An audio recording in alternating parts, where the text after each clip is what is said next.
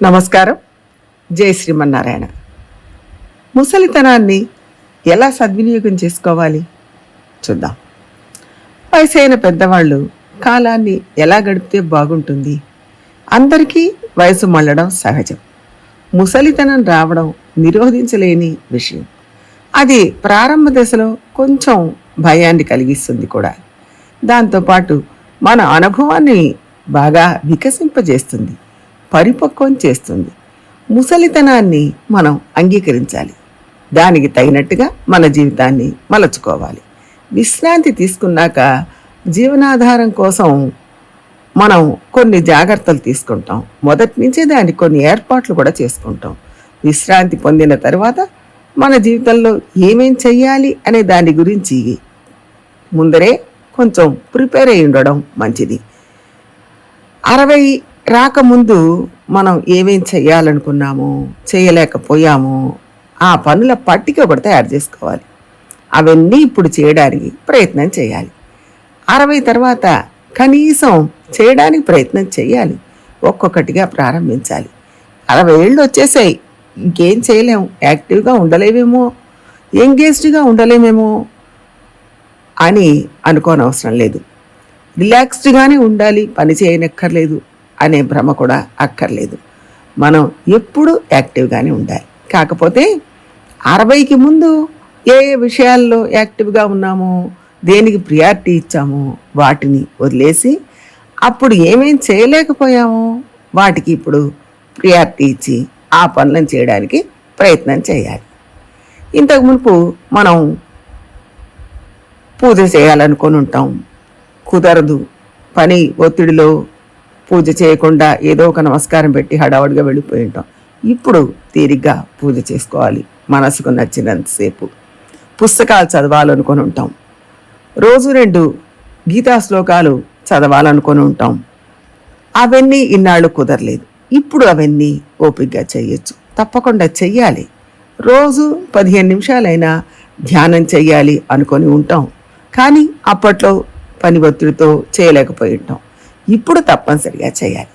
మంచి సంగీతం విందాం అనుకుని ఉంటాం, అప్పుడు కుదరలేదు, ఇప్పుడు సాధ్యం చేసుకోవాలి. మన ఆచార్యులకు కైంకర్యం చేయాలనుకుని ఉంటాం, కానీ అప్పట్లో అంత వెసులుబాటు లేదు. వారు పిలిచినప్పుడు కూడా మనం పోలేని పరిస్థితిలో ఉండిపోయాం. ఇప్పుడు వారు పిలవగానే వెళ్ళి తృప్తిగా 4 రోజులు అక్కడే ఉండి వారికి కైంకర్యం చేసి రావాలి. ఈ పనులన్నీ ఇప్పుడు సంతోషంగా బాధ్యతతో చేయాలి. ఇదే మన జీవితం, మనం ఇలాగే జీవించాలి అన్న దృఢ విశ్వాసంతో చేయాలి. చాలామంది విశ్రాంతి తీసుకున్నాక ఇంకా మనం ఏం చేస్తాం, ఏం చేయాల్సిన పని లేదు అని అనుకుంటూ ఉంటారు. దీనికి తోడు మన చుట్టూ ఉన్నవాళ్ళు మనల్ని ఆ రకంగానే ప్రిపేర్ చేస్తూ ఉంటారు. ఇన్నాళ్ళు చేసాం, చాలు, ఇంకేం చేస్తాం, హాయిగా రెస్ట్ తీసుకోక అని చెప్పేవాళ్ళు ఉంటారు. మన వయసు వాళ్ళు, మనకంటే కొంచెం పెద్దవాళ్ళు, కొంచెం చిన్నవాళ్ళు, మేము ఏ పనులు చేయట్లేదు, నిదానంగా లేచి 1 గంట వాకింగ్ చేసి కాసేపు పిచ్చాపాటి మాట్లాడి టిఫిన్ చేసి టీవీ చూసుకుంటూ రిలాక్స్డ్గా కాలం గడుపుతున్నాం, చాలు, ఇలాగే ఉండాలి అని చెప్పేవాళ్ళు ఉంటారు. కానీ దీనివల్ల ఏ పుణ్యము రాదు, మనశ్శాంతి కూడా ఉండదు. మన వయసు ముదిరాక, రిటైర్ అయ్యాక ప్రశాంతంగా ఉండాలి అని కోరుకుంటాం. కానీ మనం చేసే పనుల వల్ల శాంతి దొరకదు. పైగా అవసరం లేని విషయాల్ని ఇరుగు పొరుగుతో, స్నేహితులతో మాట్లాడతాం, టీవీ సీరియల్స్ చూస్తాం. దానివల్ల లేనిపోని మానసిక ఆందోళనకు గురి అవుతుంటాం. ఏ వయసైనా సరే పొద్దున్నే లేచి స్నానం చేయాలి, భగవంతుడి పూజ చేయాలి, ధ్యానం చేయాలి, మన పనులు మనం చేసుకోవాలి. మన శక్తి కొద్దీ ఇంట్లో పనులు కూడా చేసి పెట్టాలి. మంచి పుస్తకాలు చదవాలి. కేవలం వార్తాపత్రికలు చదవడం, కథల పుస్తకాలు చదవడం మాత్రమే చాలదు. నలుగురు కలిస్తే రాజకీయాల గురించి, లోకంలో జరిగే అరాచకాల గురించి చెత్తగా గంటల కొద్దీ మాట్లాడడం వల్ల ప్రయోజనం ఏమీ ఉండదు. మన పెద్దలు వేదవ్యాసులు, భరద్వాజులు, వాల్మీకి వంటి మహానుభావులు రాసిన గ్రంథాలు మనకు పెద్ద సంపద. మన ఆచార్యులు వాటికి వ్యాఖ్యానాలు రాశారు, ఇంకా అది గొప్ప సంపద. వాటి గురించి తెలుసుకోవాలి, చదవాలి, అధ్యయనం చేయాలి. మన చుట్టూ పిల్లలకు, మన ఇంట్లో పిల్లలకు ఆ విషయాలన్నీ చెప్పాలి, నేర్పించాలి. పిల్లలకు మంచి ప్రవర్తన నేర్పించాలి, మంచి కథలను చెప్పాలి. అంతే తప్ప మా పిల్లలు మమ్మల్ని విశ్రాంతిగా ఉండమన్నారు, ఏమీ చెయ్యొద్దన్నారు అని తప్పించుకోవడానికి ప్రయత్నం చేయొద్దు. నిర్దిష్టమైన ప్రణాళిక లేని జీవితం మనల్ని త్వరగా అనారోగ్యం పాలు చేస్తుంది.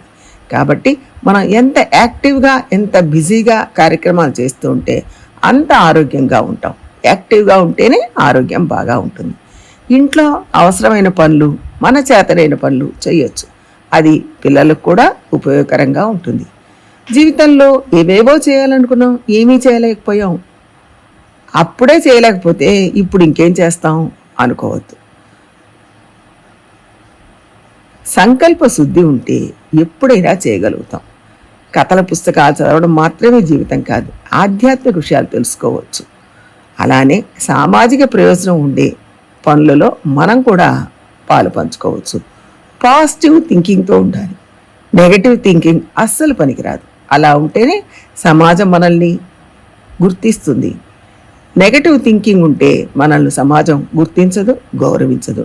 కుటుంబంలో వాళ్ళు కూడా ఎవరు మనల్ని గౌరవించరు, గుర్తించరు.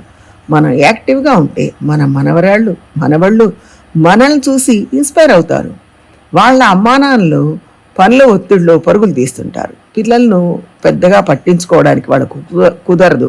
వాళ్ళు అడిగిన ప్రశ్నలంటికి సమాధానం చెప్పడం వాళ్ళకు ఓపిక ఉండదు. మనం వాళ్ళకు కావాల్సిన పనులు చేసి పెడుతూ గైడ్ చేయొచ్చు. ఈ వయసుకు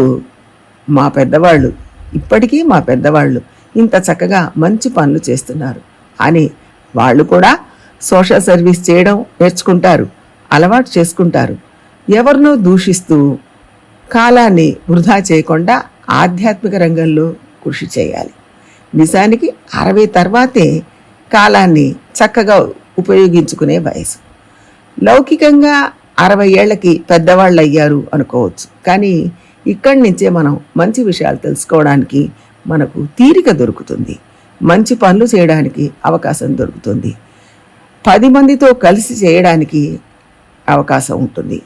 10 మందితో కలిసి చేసే పనులలో 10 మందితో అనుభవాలు కూడా పంచుకొని మనం ఉల్లాసంగా ఇంతకంటే ఇంకా చక్కగా పనులు నిర్వర్తించడానికి మంచి అవకాశం దొరుకుతుంది. అలాగే 40లలో ఉన్న పిల్లలకు కూడా ఒక విజ్ఞప్తి. పెద్దలు చేసే పనులను డిస్కరేజ్ చేయకుండా వాళ్ళని దయచేసి ఎంకరేజ్ చేస్తే అది మీకు ఉపయోగపడుతుంది, వాళ్లకు ఆనందంగా ఉంటుంది. కాబట్టి ముసలితనం అనేది శాపం కాదు, వరం అని గమనించండి. వాళ్ళు ఏదైనా చేయబోతే అందులో సమస్యల్ని వెతికి పట్టుకొని కోప్పడకండి. ఏదో ఒకటి చేసి మా ప్రాణం మీదకి ఎందుకు తెస్తున్నారు అని వాళ్ళని వెనక్కి లాగకండి. ఈ రెండవ ఇన్నింగ్స్లో మీరు కూడా అన్నీ చెయ్యొచ్చు అని ఎంకరేజ్ చేయండి. మీ జీవితంలో కూడా మంచి చేయడానికి ఇదొక మార్గం అవుతుంది. జై శ్రీమన్నారాయణ.